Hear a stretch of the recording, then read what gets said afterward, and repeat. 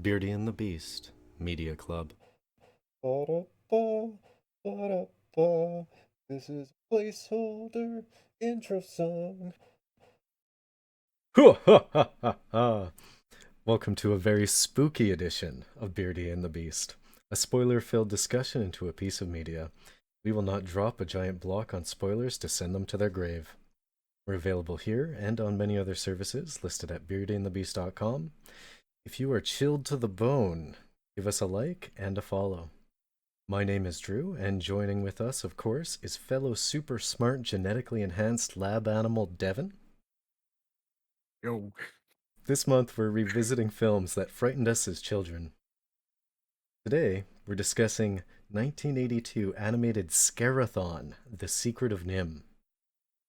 So, Devin, after revisiting this piece, did you grip your blanket tight? Did you stay up all night in a state of total fright? work on not tripping over It was that. considering how much I was having trouble speaking before I hit record. I am amazed.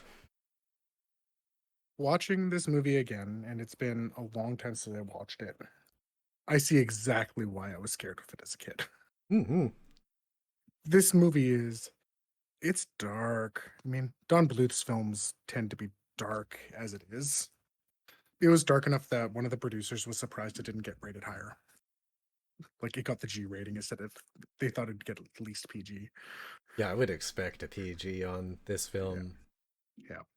But he's like crushed limbs hanging out a pile of rubble. Should have pushed it over. And like Um, the stabbings. the straight up stabbings, like some of the set pieces too. They're just like something you'd expect right out of a horror game. I mean, it's Don Bluth. He doesn't shy away from the dark, Mm. and it's funny. I know I said this to you previously. It's like, just told. I was talking to my mom about what we're doing and told her our plans for Spooktober, and I said it's going to be movies that scared us as kids, and she's like, "Well, you're probably not going to do Fantasia because Night in Cherbourg is terrifying." But she's bad at naming movies. She's like, "Oh, it's that one where like they have to move the house because the tractor's coming." Like first movie, like well, technically second movie that came to her head. I'm like, "Yep, I made the right choice here." Yeah, it's funny that you mentioned talking to your mom because I actually texted my mom and I was like, "Hey mom, have I ever seen this movie? Because I don't remember anything about it or what it was Yeah, about. I've yeah. just heard the name." And her reply was like, "No, I'm pretty sure you didn't see this movie as a kid." Like, oh, okay. I didn't talk to mine about what it was about because my mom would probably say something about Terminator, but it wasn't Terminator that actually frightened me. It was Child's Play, and I don't want to watch Child's Play. Yeah, and it's kind of I not mean, in the it's a spirit fine of what we're movie. doing for October. I mean, fits the criteria. Yeah, Um, yeah, I totally get why this would frighten a child. Like when I was doing some research on this film, one of the Google searches was like the reason why so many kids were traumatized by The Secret of Nim in the search engine. I was like, oh geez. But it's the darkness of the animation and the color palette. I'm just hmm gonna like throw out a bunch of stuff. yeah, Yeah, so the darkness of the animation, the color palette, the fingers of the old mystic rat hmm definitely kind of harken back to things like the Wicked Witch of the West yeah, and her hand. Let's step back. yeah. So the color palette, hmm I think that's primarily where you get that dark atmosphere. hmm Um, like the backgrounds, vivid but somehow also muted, Yes, detailed, and very dark. Like there's times you're sitting there and the the only light character is either the crow or Mrs. Frisby. yeah, Of course, they're the ones that are naive to this world. Yeah.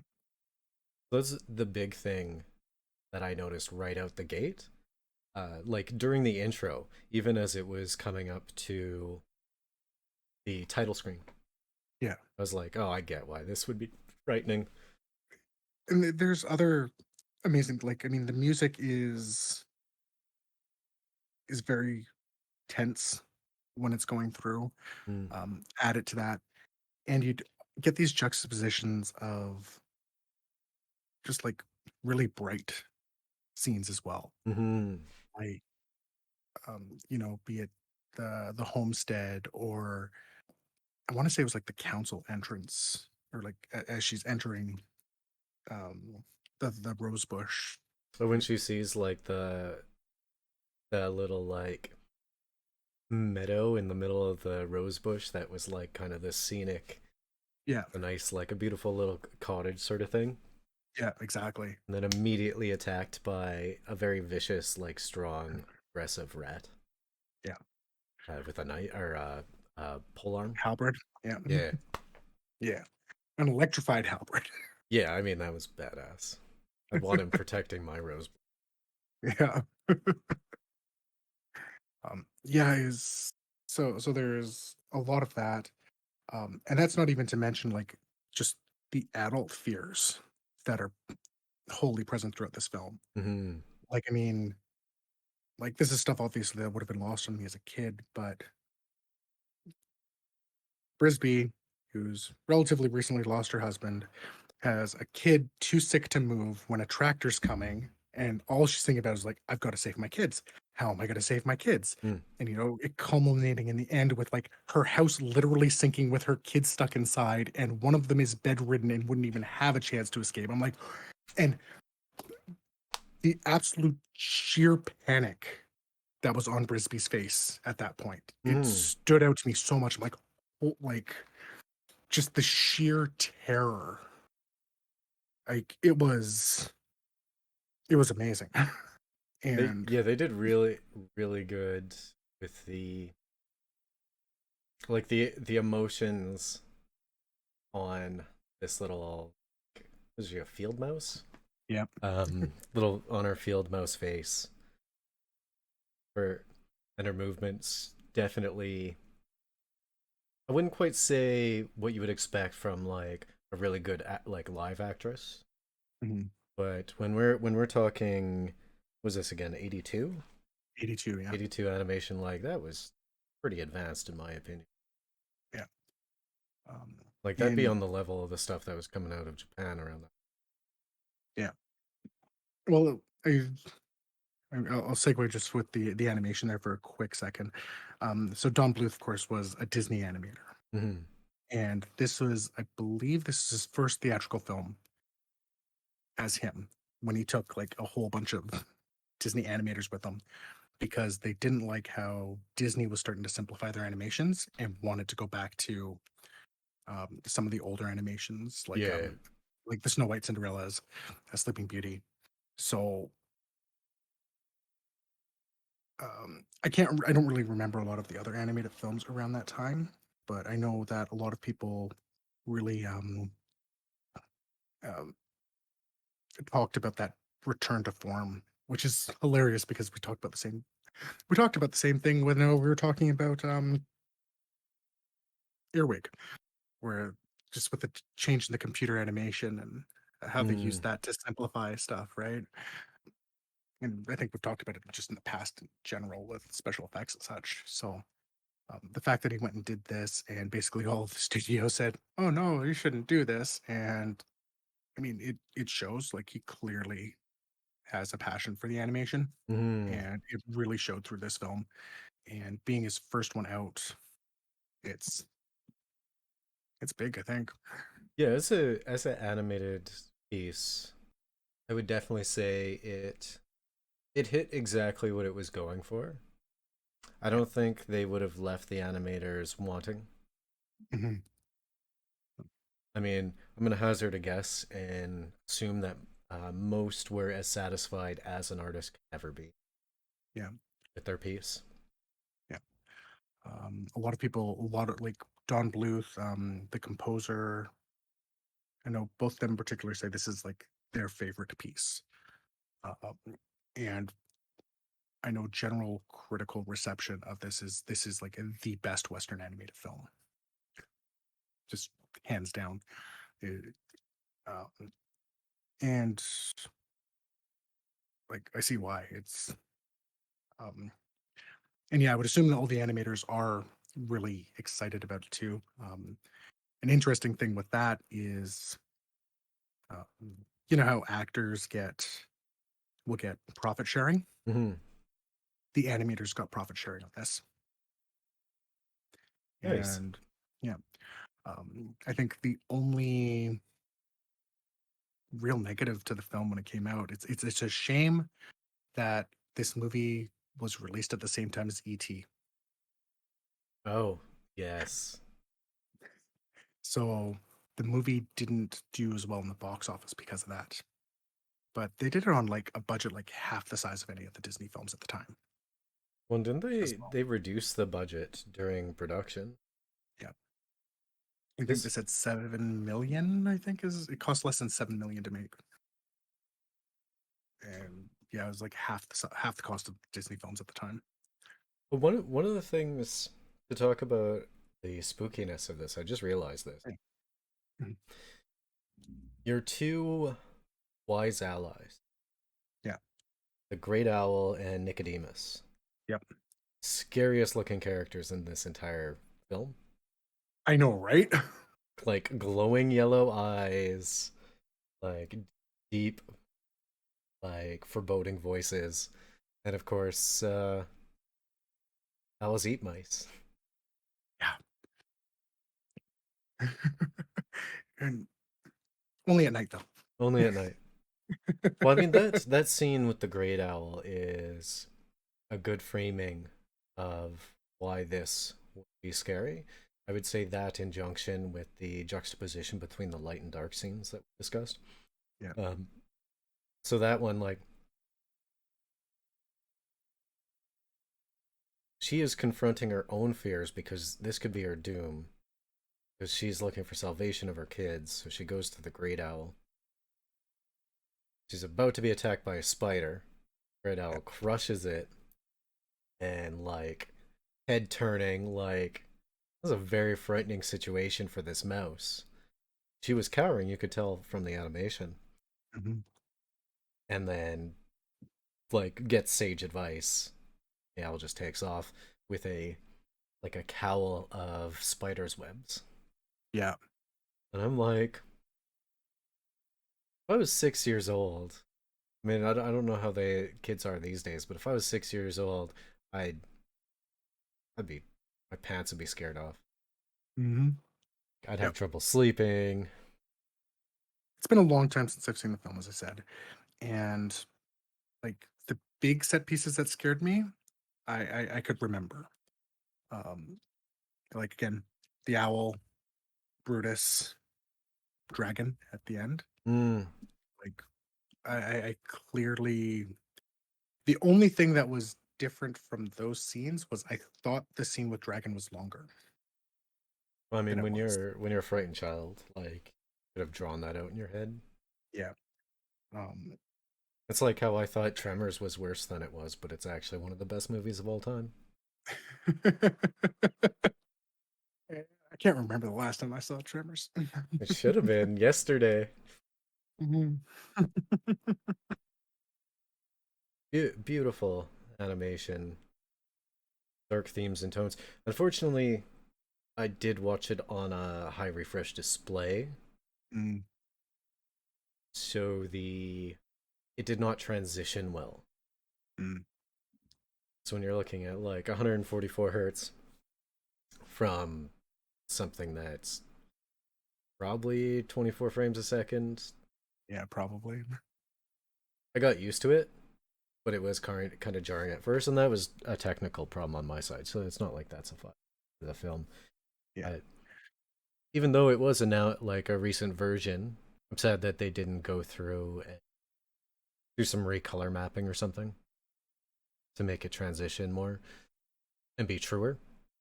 Mm, because you can find that when animation is ported over like that, it can even come out either too bright or too muted.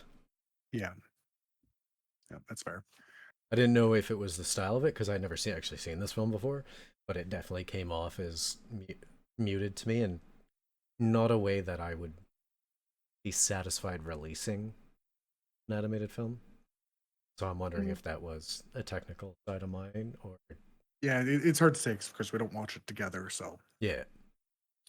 I mean, I think one of the things when we're talking about the animation, this is part of the animation style that they were going for when they're going back to some of the basics. Mm-hmm. You got to remember they use like these multiplanar cameras, Mm-hmm. right? So, like the background would be set up and it would be designed very much one way, um, and then you'd be able to tell when something was going to move because it had a different color, and that's Oh yeah, how like a part of a tree will be a lighter color than the yeah, yeah. and part of that comes from the just the way they do the filming. I know from a creative standpoint, they actually tried a lot to minimize that. So I think I remember seeing some like they basically had like test animations done for everything, so they could go back and recolor up the backgrounds and such to try to make it Well, as close as good as possible. I didn't notice much of that. Like I don't know what you'd call that, but for me, the biggest reference I would have is Saturday morning cartoons were all like that, Mhm. where the thing that was about to move was always lighter. Yeah. I didn't notice any of that film, Mm. so Yeah. so like knowing that uh, and kind of putting it in its time period, that makes a lot of sense. That Mm. actually gives me a lot of respect for the Mhm. animation crew. Yeah. Right. And again, this is all done. This is all hand done, of course, right? Hmm. I mean, to give you an idea of the technical place we were at, I know I mentioned E.T. was a movie that came out the same year. This is also the same year Tron came out, Mm. right? So that's where we're at for technology when it comes to making this film. I've definitely had a lot of positive things to say about the animation and a little bit about the sound, which again I didn't notice much of it, which is always a good sign in my books. Yeah. I either want to super notice it or I want it to be like a hype pump up, like hip hop or rock track during a like a Mm. fight scene. Yeah. So, but that brings me to the story, Mm. which right I don't think was very good. So I'm going to start by talking about the crow in the room. I don't like the ending. Like the very end with the gem all of a sudden having magic powers. I don't think that was set up. I know that's very much a Don Bluth addition. Yeah, it's not like that at all in the original novel. Hmm. Um, like in any way, there's a whole bunch of the story that's changed from the original novel. Um, but he literally added that because he strongly believes animation should have magic. I mean, yeah, but I mean, it's more that animation should be magical. I agree, and I think we see that a bit more with some of his other films. Um, Well, I mean, that being said, like the magical aspect in this film would have been, was it Justin, the old, the old codger guy, and Mrs. Brisby riding the elevator down? Like that scene had a magic to it. yeah, But I agree.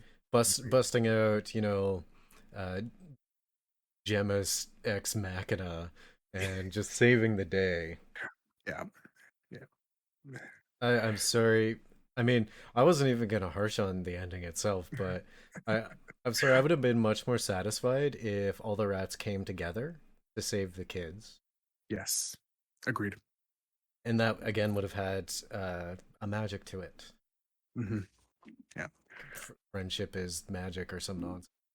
yeah, um, yeah. I agree with that completely. I think so. I agree. The story doesn't feel quite as solid, and it wasn't until actually rereading about kind of the design process and the writing process for this. Mm. Um, so he very much wanted this to be like a novel. So and I can see it in retrospect here now. It's there's a lot of chapters that kind of go up and down. So you get these little plot hooks. So you have the the chapter of her going to get the medicine that kind of ends up being its own little contained story arc. And then there's the story arc of trying to find a way to get Timothy out. And there's this separate story arc. So they're kind of not they're connected, but not in the same way that most films are. I think it would almost be again if it was made into a series, like you'd have chunks of the film be each individual episode. But I think because it's presented as a movie, it makes it feel out of place. See, I didn't even have a problem with that. Like I get what you're saying, and now that you like expressed it like that, I actually see it in hindsight. Mhm. My major issue with this film is if you were to create this into 12 episode series Yeah. and then have each chapter being its own episode, then your entire Jenner arc from betrayal to confessing to death would be 30 seconds of one episode. Mm. We're talking full, like, 40-minute episodes or whatever, like hour longs. Like, that's where that fell apart for me. And I'm like, you could legitimately just cut Jenner out. Yeah. So yeah, Jenner was useless.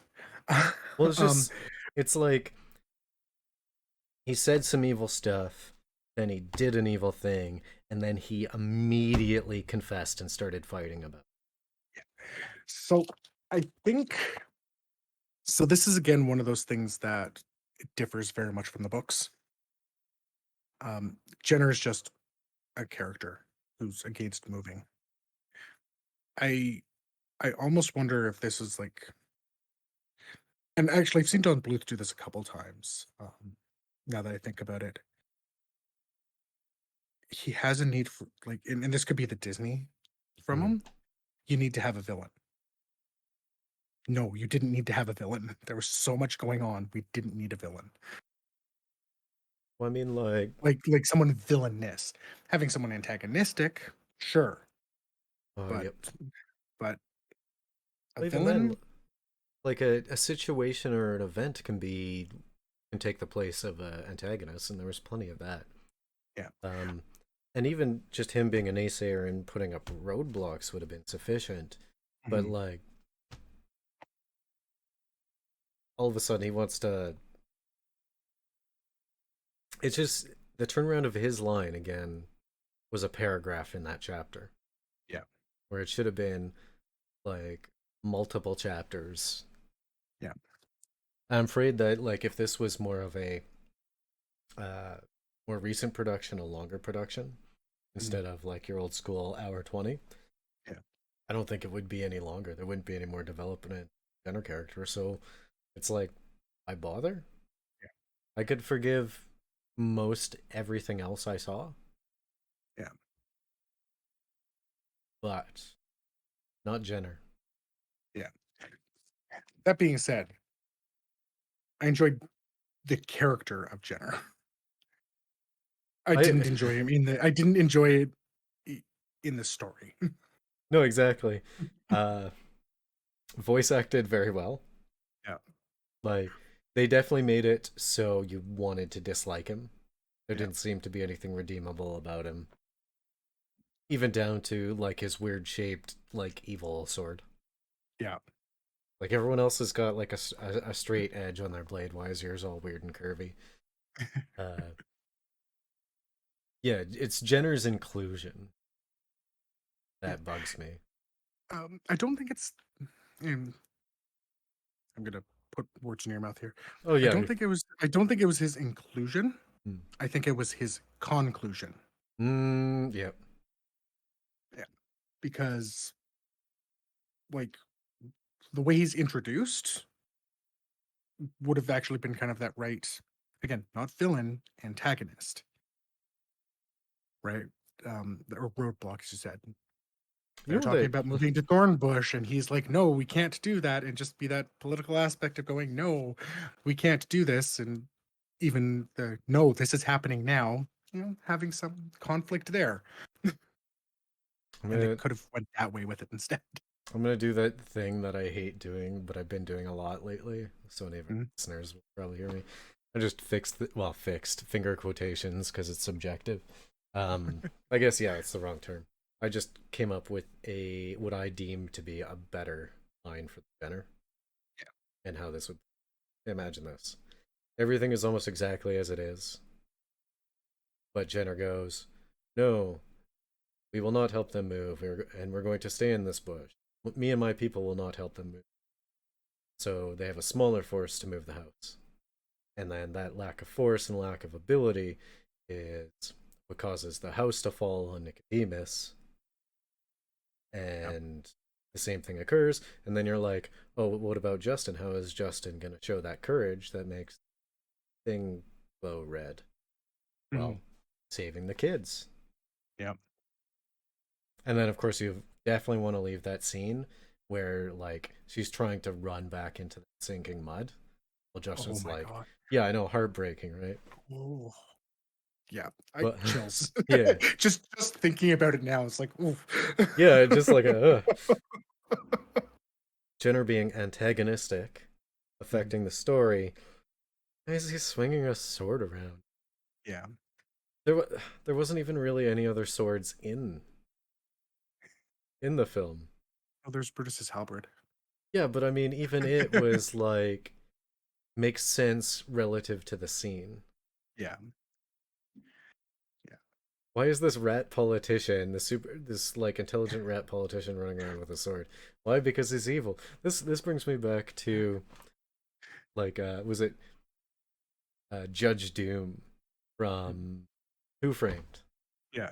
I'm like, his name is Judge Doom, and he's walking around with a cane with a skull on it. Of course, he's the bad guy. Yeah.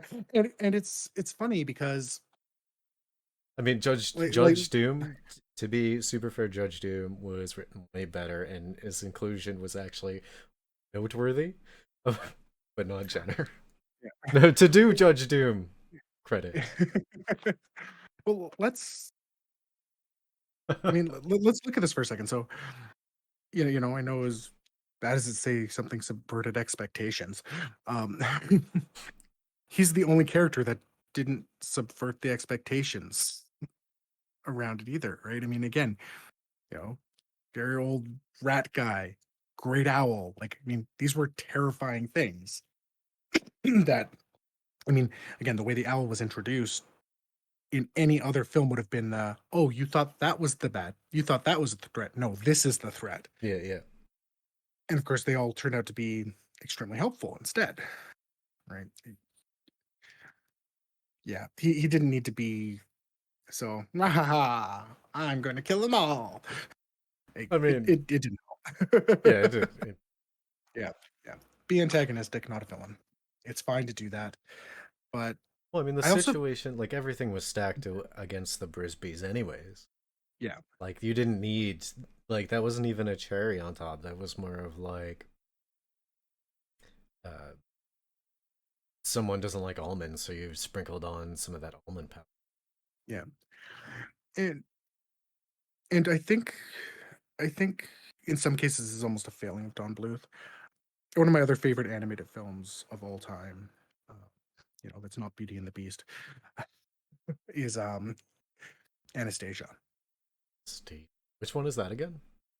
Um, Russian princess. Whole, whole family dies. She's the missing princess. No idea. Yeah, I think it was around 97 ish. Let's just say, Um, like, but when I was a kid, somewhere in between seeing Little Mermaid and apparently crying because I didn't want to leave the theater, and seeing Sharon, Lois, and Bran in concert live. Nice. I pretty much went to like action cartoon. Yeah. Like I went Um, typical boy, like running around with finger guns and stick swords. Like that was me. well, I had a sister, and I fell in love with with a lot of these other ones. Um, I mean, they're good. I yeah. mean, like objectively, they're great stories. Anyway, back to my point with this one Yes. here. So, and it's about like the Russian Revolution, right? And Hmm. she's the lost princess of the of the Romanov line, right? And of course, Rasputin, killed them all, and she's basically lost her memories. And there's some grifters trying to find the lost princess to get a bunch of money from the grandma, Mm. and she ends up actually being her, but doesn't know it because amnesia. Uh, and the story is really great, the interactions there, but they bring Rasputin back from the dead, so they have a villain. And it's the same thing. It's just like, you didn't need this. You had such a good story there already. But I'm sure it'd have been more integral to the plot.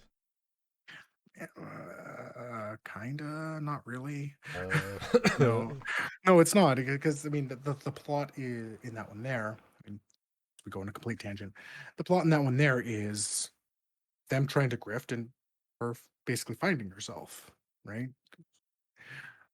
And that is the overall plot. You got the bit of the romance, you got that bit of the grandma just tired of all these grifters and going, oh no, you're literally the only person who could know this thing, right?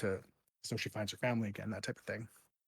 But you have to have the villain trying to stop it all from happening. Again, I think it's just that. Again, I wonder if it's that old school Disney. You need to have a Maleficent hmm. or something like that, and that's what drives those decisions, right? The problem, like, if that was their intention, then they just failed. Yeah, I agree. They failed with that. Like, if they came out and I read a thing that said straight up, yeah, Jenner is exactly what we want, and everything happened exactly as it should have occurred. We weren't trying to do anything special. I'd like, okay, Yeah, like I don't agree with those choices, but it's also not my piece, and yeah, legitimately, I probably could not write a better.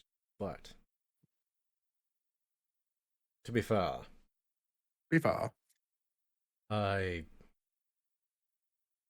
it's the only thing in the movie that pulled me out. Hmm. Like I could get over some of the overacting voice stuff from Mrs. Griswold. Yeah, I could get over the comedic relief Crow. Had too many lines in the book. I'm just like, it's a cartoon. There's always this character. Like, I'm surprised it didn't turn into a genie and started singing Prince Ali. you know my favorite part about Jeremy the Crow, Mm. um, because I have that same thing. It's like, oh, really enough, and that's exactly how Brisby treats him Yep. See, the that's entire film. that's what allowed me to actually connect with Mrs. Brisby because I was Yeah, like, I I don't understand these parental concerns. yeah, I get what's going on, but at a deep emotional level, like I don't understand this panic. yeah, And then she goes and treats Jeremy in that way, and I'm like, I mean, I try not to be like that to people because yeah, there's always someone or multiple people in your life that may be that type of person. yeah, I do my best to be welcoming and friendly, but I understand the tone yeah, and her feelings on that subject. yeah. And that's what allowed me to click with her. Yeah. And she tries to be nice about it too. It's like, oh yeah, I can't remember exactly what it was. It was basically, it's like, oh yeah, we can be friends. Goodbye now. And he just doesn't get the hint. It's just, I actually think that interaction, I think, actually really saved that inclusion of the Jeremy character. Mm. right? Well, It's, the thing is, I I think the movie would be less good without Jeremy yeah. because it's that juxtaposition of the light and the dark, which is what would make this friendly. So if Mhm. we're thinking about the or friendly, scary. So if we were to think about this from a Spooktober point of view, Yeah. not having those ups and downs in levity and then that darkness would have Yeah. actually And impacted it negatively. It would have been yeah. less scary for. Yeah. Um, or like I saw people kind of discussing this too. It's like without that, this movie is just oppressive. Yes. Well, a lot of Like, that is on the end. yeah, yeah. Like, but it's one of those things. Like his his levity didn't take away from the film like it could. Like he was clearly the comic relief, but um, it was tasteful. And we've seen there's been enough films out lately where it's just comic relief for comic relief's sake. I'm looking at you, Star Wars, where you just completely ruin the mood. And this, Wait, what's a Star Wars? it's something about space wizards. Oh, that sounds great. um, right?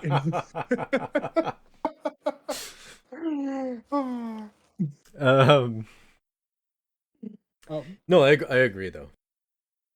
The well, the point that you start getting annoyed with the comedy relief character is at the same point that Mrs. Brisby also gets annoyed. yeah, So when she starts trying to shoo him away, you're on that emotion. yeah. Like you totally get what's going on, so you also want that to occur.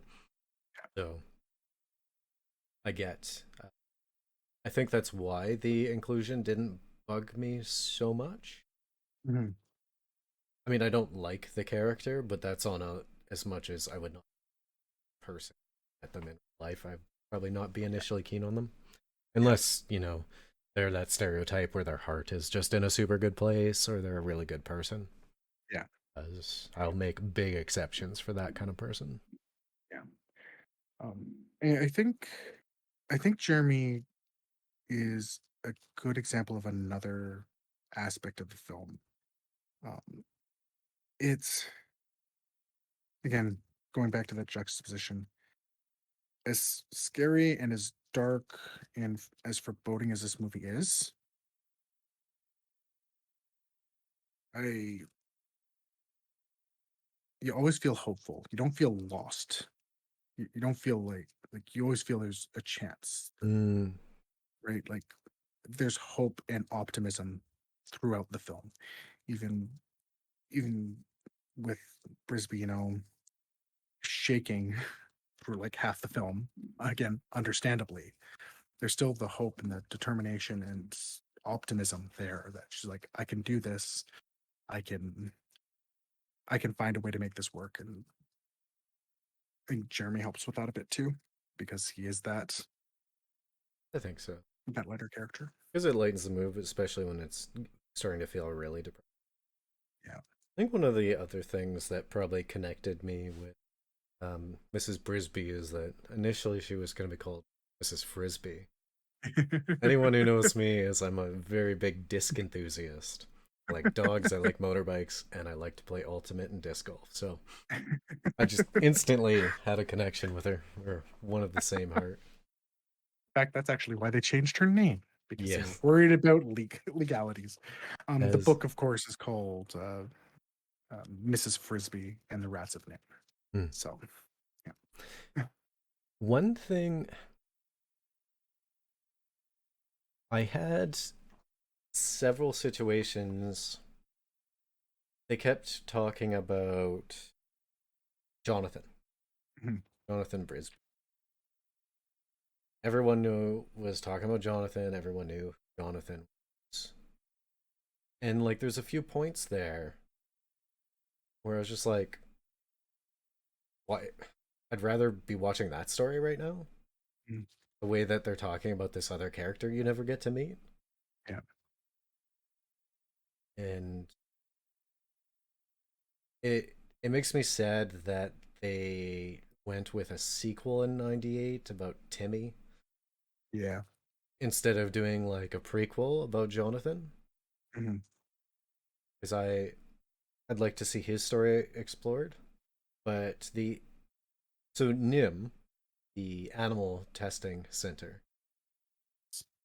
they I love the inclusion of it. And I think that's why I was drawn towards the Jonathan storyline. Mm. But I think one of the reasons was I was like being pushed away from the Mrs. Frisby storyline Okay. just because of the surrounding characters like Jenner. Mm. Some of like these weird things, weird inclusions that they did in that, to kind of harsh on the inclusion of a villain to step back. It's like could have been the cat, could have been Dragon, Yeah. and it didn't even necessarily have to be an intelligent cat. Like it didn't have to say anything, Yeah. but it could do mean and evil things. Like it's already this adversary of the entire yard. Yeah. Uh, so just the way that they went with the story is what pushed me out. The only thing that kept me in the story, Mrs. Brisby, the quality of her writing Mm. and the animation surrounding her. Like there's just something. No, I don't know what you would call it, but like just a person who's had all the bad cards dealt to them. It's just pushing forward because it's all that they can do. Like that's a story worth watching. Yeah. And the fact that I was being pushed away with that because it's weird, this was a bad thing. Yeah. So that's when I started to wander, and Yeah. that's when I started going like, tell me more about Jonathan because I just want to kind of exit this story right now. Yeah. And I mean, But the like 2 minutes we get where we see Jonathan's story yeah, was again just phenomenal and heart wrenching, and the the screams of the mice. the I was kind of weaving in and out of points there, but the way that they talk about Nim as legend, Mhm. I really appreciated it Yeah. because you don't like to start. You don't know what Nim is until like halfway through the movie, and then I mean they could have pushed that back, but it wasn't misplaced where it was. Yeah. But them talking about Nim and its relation to Mrs. Brisby, I thought it was a nice inclusion, especially like, you know, them talking. It's like the phone calls to the Yeah. farmhouse people. It's like, I don't know anything about any rats being weird. Yeah. It's like obviously this place knows their rats escaped. Yeah. They're trying to find them. Oh. Uh, so that was the only like that Timmy's health and the movement to the house were the three story lines during the like bookends, Yeah. and then it's other than that, it's kind of just like, yeah, let's kill Nicodemus and Jenner and the other guy who turned out to be good, but he still got to die. I know, right? It's yeah. I- Yeah. Again, it's a shame because yeah, just realizing you don't need a villain. you would have been you would have been fine. Just you had enough antagonists. You they clearly show that you can just have the threat be enough. I mean, again, the tractor, terrifying. Dragon, terrifying. Why do we need the sabotage? And again, again, that smallest change that we mentioned, like I think you nailed it on the head. It's just have him convince him so there's not as many rats to go out and help. And then it ends in the death of Nicodemus. Yeah, Yeah. And, same events occur, and then I mean they could have made the jewel make sense mhm, by actually like have it glowing more. Maybe have that old mystic guy do more floaty things than he already yeah. like a little bit more. Maybe the great owl Yeah. have some type of magical moment Yeah. that tell you like there is magic in this world. Yeah. But I was just it didn't pull me out. Yeah. All But right. I was like I did go big sigh. Yeah, and that's fair. Yeah, it didn't pull me out either. Like, I mean, unlike, that what was it? The kitty bracelet from Nobody. I love how that's the thing we are the most torn about. Like Yeah. you're like it doesn't make sense at all, and I'm like it makes perfect sense to me. um Anyways, yeah, if you yeah, haven't checked out the Nobody conversation, go back and check that out because yeah, that was a good cat. yeah. Yeah, it's I think a slight change that I would have done to help, and again, it didn't take me out. It was just kind of like I mean, this is a magic thing. Would have been nice to have more setup. The change that I would have done to have that set up is have her have it. Like, don't have it given to her halfway through the film. Have it as this is a keepsake from her husband. Hmm. So she keeps it close. Right. And then you have um, the owl, Nicodemus, comment on it, or, Okay, yeah. have just some Well, to even mention say in it. like there's power to that. Yeah. My Right. actually, I just came up with a bit of a fallacy in it. Mm, Part of the tear here is the intelligence is based in science yes. in this film, so the random inclusion of magic at the end just doesn't make sense. Yeah. So the inclusion of it's called high magic, Yeah. much like high science is. Oh, we can do this super magical thing because science. This Yeah. is we can do it because of mysticism. Having the inclusion of that was just I can see why you would be jarred by it. Yeah. I'm surprised I didn't immediately jump to that and start ranting about it, but I think so. Yeah, because I'm thinking of the film. There's two other big instances that jump out to me as magic or high science, or like that have that crossover. So one of them is the scrying glass that Nicodemus uses, mhm. right? But it's got a little bit of a technological look to it. So most people I didn't think it was a crystal ball. I think it was more like a hologram or something. Yeah, using So these glowing gems to yeah, project onto it. yeah. It's the only other place of magic that I can think of is the right at the beginning of the film when he's giving that little bit of backstory and there's the pen floating and doing the writing. Like Well, that's literally the only other piece of magic. Nicodemus did float the container to it that was holding the crystal. Mm, right. Yeah, that's fair.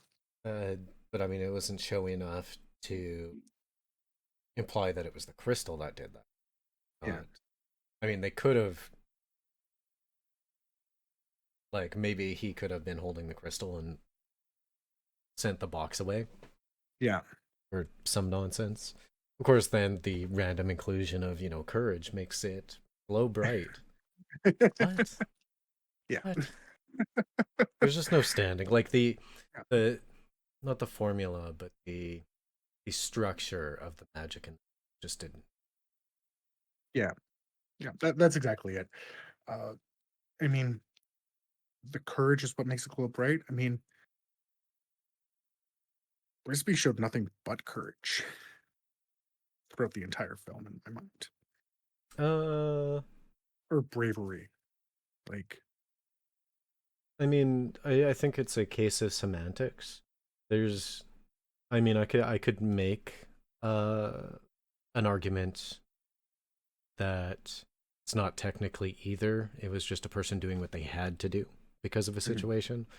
Uh, I'm not going to argue it though, yeah, because she definitely had some very brave and courageous moments. mhm.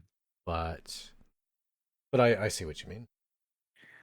But it just makes like even that line, that reason for it glowing. It's kind of like, yeah, there's probably other places that could have shown up too and didn't, but it's a minor point in the long run of the film. Uh, Well, exactly. yeah, So on the spooky meter, from the eyes of a child, I would give this film 10 out of 13 ghouls. yeah, I would have I would have to agree with that.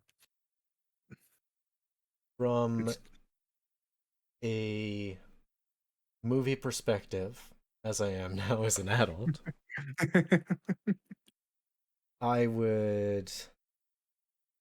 Storyline just brings it so down for me. I would give this five successfully escaped lab animals out of 10. okay. I'm going to give it. hmm, I'm gonna say, and I can't. There's no half in this scenario. You can't have half an escaped animal. Well, you can because the one rat that escaped was half the size of the I'll accept it. other. I'm gonna give it a 6.5. I Okay. think. I think before my rewatch of it, I would have given it higher. I Mm. th- I think, and my reasoning around that is the stuff that took me out of the film here now. Again, like Jenner in particular, just being so unnecessary that it unfortunately like takes away a point and a half on its own because it breaks. It's unneeded in the story. Uh, but everything else is just done so masterfully around it that the movie sticks with you. I and I can definitely see why a lot of people call this one of the best animated films ever. Outside of that, Mm. little bit of story stuff, and even as we were talking about it today, we're like, yeah, it's there. There's only a couple minutes, and I just kind of forget about that part and go with everything else. To elaborate on mine, it is the animation and the way Brisby was done Yeah.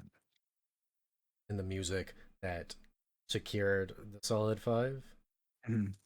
but these the lacking story direction and inclusion of characters that didn't need to be there, and entire circumstances that could have just been cut, Yeah. just left me wanting. Yeah. Yeah. And that being said, like I am securely or very much saying that based on the animation, what they did, especially with some of the ways that they animated Brisby, Mhm. means that it could never drop below that five mark. Yeah. That's a fair rating. Like, I mean, there are objective issues with it, but there's a lot of objectively good things about it. Yeah. And regardless of regardless of the, I guess, middling ratings, let's call it, um, I think this is still a must watch, regardless of that. Like, Yeah, I'm in a position that everyone should watch it once. mhm. Preferably as a kid because you can't get scarred enough as a kid. Yeah. Uh yeah, I would have been terrified for sure. Yeah. The majority of the movie is said it stuck with me. I know we've talked about this with some of the Ghibli films where there's just kind of that fairy tale aspect and stuff. It's like, even though I hadn't seen it in ages, the main points, the good points, they stuck in my head. I completely forgot Jenner was a thing. Are we talking about Ghibli movies? Because most of the bad points just stick in my head. Yeah. I've only had one so far that's kind of been like that that we've reviewed. I mean, I said very positive things and That's true. very negative things. With that, this has been Spooky and the Beast Media Club. Join us next time for more scares when we discuss E.T. the Extraterrestrial with special guest Ashley Good. If you found yourself scared, give us a like and a follow, or join us in the discussion in the comments or at our Discord. Check out Beardy and the Beast for a full list of services and platforms that we're on. Thanks.